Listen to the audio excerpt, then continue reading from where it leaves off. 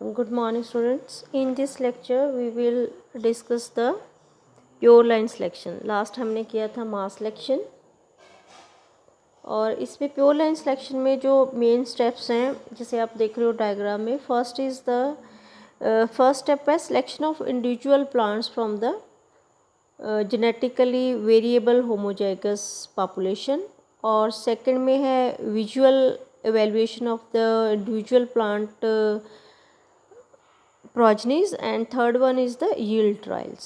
So जो first step है उसमें हमने सिलेक्शन ऑफ इंडिविजुअल प्लांट्स करने हैं, तो आप कॉन्सेंट्रेट करें इसके ऊपर. फर्स्ट जो है किस तरह से हमने 200 से लेकर 3000 जो प्लांट्स हैं उनको हमने सेलेक्ट करना है. कहाँ से सिलेक्ट करना है कि हम इसको किसी भी वैरायटी से ले सकते हैं, या देसी या लोकल वैरायटी ले सकते हैं, या फिर हम some other genetically variable homozygous population में ले सकते हो. तो उनके हमने सीड्स को क्या है सेपरेटली हार्वेस्ट करना है.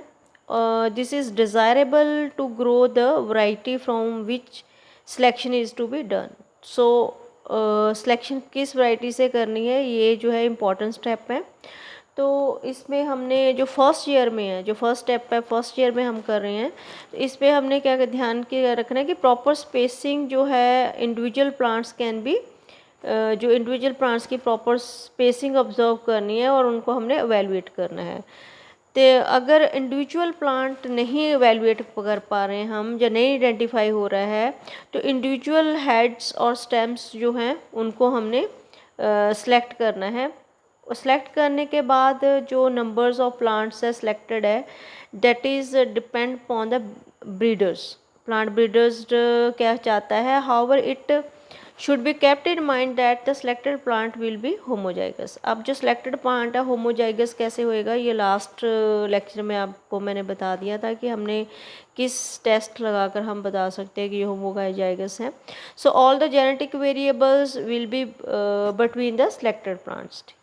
तो पहले साल हमने पहले साल में हमने जो है फर्स्ट ईयर में जो देसी और ओल्ड वैरायटी का जो मिक्सचर है उसको हमने मिक्सचर ऑफ प्योर लाइन्स से भी हम ले सकते हैं. उससे हमने 200 से 300 प्लांट्स जो है उनको सेलेक्ट कर लिया फॉर द सुपीरियर फिनोटाइप्स. अब स्टेप 2 में है visual evaluation of progeny. Visual evaluation of progeny हमने कैसे करनी है, विजुअल एवेल्युएशन ऑफ प्रोजनी हमने करनी है सेकंड ईयर में. उसमें हमने क्या करना है कि जो प्रोजनीज हैं, प्रोजनी आपको समझ वर्ड आ रहा है, प्रोजनीज जो हैं जो जनरेशन्स हैं from the selected individual plants. ठीक है, हमने जो पहले साल जो इंडिविजुअल सिलेक्टेड प्लांट्स लिए हैं उनको हमने सेपरेटली ग्रो करना है. ये देखो जो इसमें हम कर रहे हैं इंडिविजुअल प्लांट्स प्रोजनी को हमने क्या किया है, सबको ही सबके सीड जो है हमने अलग अलग हार्वेस्ट किए हैं, तो उनको हमने अलग से ही ग्रो करना है. तो इसका ऑब्जेक्टिव क्या है, क्यों हम ऐसे करेंगे कि इस स्टेप में क्या होएगा, हम ड्रास्टिकली जो है reduce the number of plant progenies to be carried to step 3. ठीक है, इससे क्या होएगा कि हमने कौन से स्टेप 3 पे लेके जाने हैं. स्टेप 3 क्या है हमारा, रेप्लिकेटर ट्रायल्स जो हमने करने हैं उस ट्रायल पे लेके जाने के लिए एक तरह से हम ये स्टेप जो है वो उन नंबर को कम करने के लिए, कौन सा कम, 200 से 3000 जो हमने लिया है उससे भी फर्दर हमने चूज़ करना है कि कौन सी बेटर है एग्रोनॉमिकल कैरेक्टरिस्टिक्स के साथ.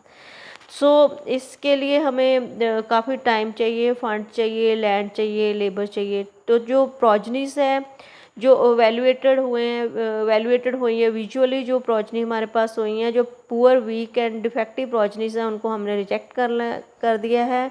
और उसके बाद जो हमारे पास सही प्रोजनीज आई हैं जिनको हिसाब से जिनकी ग्रोथ अच्छी है, यील्ड अच्छी है, उनको हमने ये अलग से की हुई जो प्रोजनीज हैं वो जो ख़राब वाली हैं या वीक वाली हैं उनको हमने सेपरेट कर देना है, डिस्कार्ड कर देना है.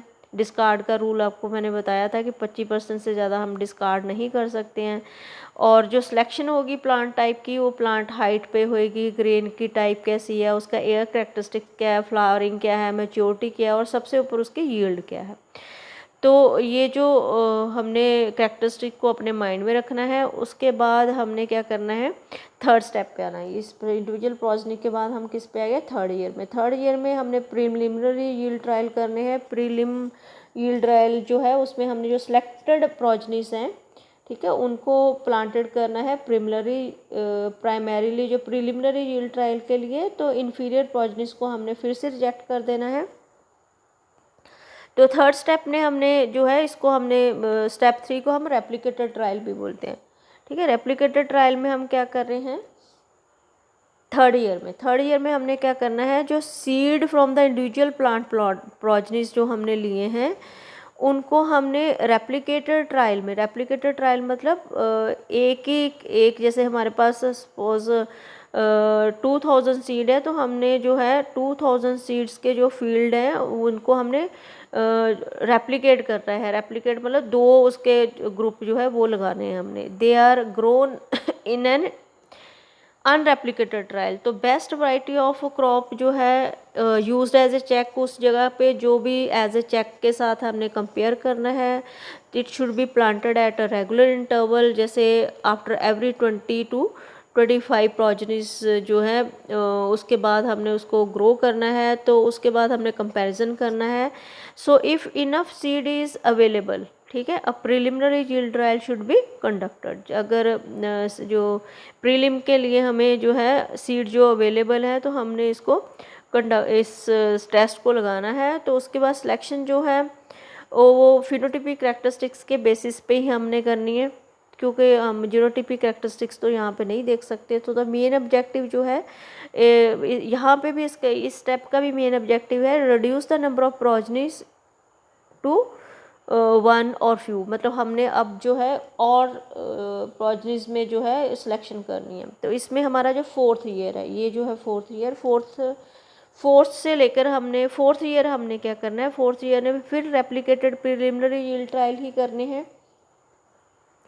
तो वो ब्रीडर करेगा if not conducted during the third year. अगर नहीं थर्ड ईयर में किए तो हमने उसको फोर्थ ईयर में इसको रेप्लिकेटेड लगाना है। तो उसका रिकॉर्ड रखना है ऑब्जर्वेशंस का कि क्या डिजीज़ रेजिस्टेंस है, फ्लावरिंग है, मैच्योरिटी ऑफ टाइम क्या था, ये सारे कैरेक्टरिस्टिक को हम है उनका रिकॉर्ड रखेंगे। अब फिफ्थ और सिक्स ईयर हमने क्या करना है, ठीक है, फिफ्थ और सिक्स ईयर हमने क्या करना है कि जो प्रॉमिसिंग लाइन्स हैं जो एवेलुएटेड हो चुकी हैं काफ़ी लोकेशन पे हमने उनको लगा कर देखना है, सेवरल लोकेशन से और along with lines from the breeders. तो उसके कहते हैं बेस्ट जो रिलीज्ड वैरायटीज़ है वो that is used as a check. जो ऑलरेडी वहाँ उस एरिया की अच्छी वैरायटीज़ है उनको हमने जैसे अलग अलग जगह पे ये 6 ईयर में हमने क्या replicated yield trial with suitable checks are conducted at several locations, जिससे हमने मास में किया था वैसे ही हमने सेम यहाँ पे करना है। तो इसमें हमने disease resistance and quality test भी साथ साथ में करते जाना है, ठीक है। तो अब जो बेस्ट हमारे पास लाइन आ गई है, तो 8th ईयर में हमने क्या करना है, 5th to 7th ईयर तो चेक के साथ ही हम करेंगे, इनको कंपेयर करेंगे, ठीक। तो अब जो नेक्स्ट ईयर हमने क्या करना है कि अगर हमने 4th ईयर में ट्रायल जो थर्ड ईयर में कर लें, तो हमने लास्ट ईयर में हमने करना है कि जो सुपीरियर हमारी वैरायटी है कंपैरिजन टू चेक के साथ हमने देख लिया कि हमारी जो वैरायटी सुपीरियर आ रही है उसको हमने मल्टीप्लाई करना है, ठीक है। Progeny superior to check variety is released as a new variety, seed multiplication begins पर डिस्ट्रीब्यूशन। तो सीड मल्टीप्लाई करके हमने जो है फार्मर्स को देने हैं। तो यहाँ के प्योर लाइन सिलेक्शन के एडवांटेजेस क्या हैं और डिसएडवांटेजेस है। इसका फ़ायदा ये है प्योर लाइन सिलेक्शन का कि मैक्सिमम पॉसिबल इम्प्रूवमेंट हो सकती है ओरिजिनल वैरायटी में, क्योंकि जो वैरायटी है best pure line present in the population already ही उसमें है, तो इसलिए यहाँ पे सिलेक्शन होने के चांसेस ज़्यादा है। सेकंड जो है, जो प्योर लाइन वैरायटी है वो एक्सट्रीमली यूनिफॉर्म है। क्यों? क्योंकि ये already preferred by farmers and consumers to a less uniform variety develop through the mass selection से हम अगर कहें तो प्योर लाइन मेथड जो है जो ज़्यादा बेटर है। तो third one is the due to extreme uniformity variety is easily identified.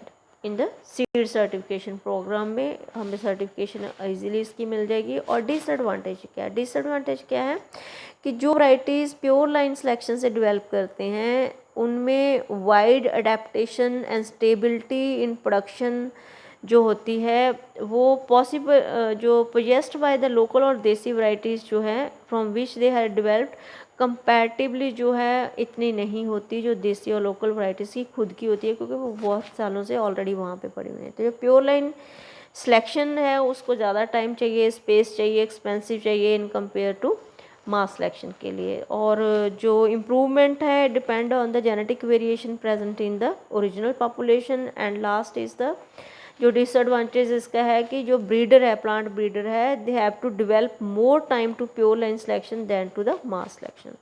So in the next lecture students we will do the difference between the pure line selection and the mass selection.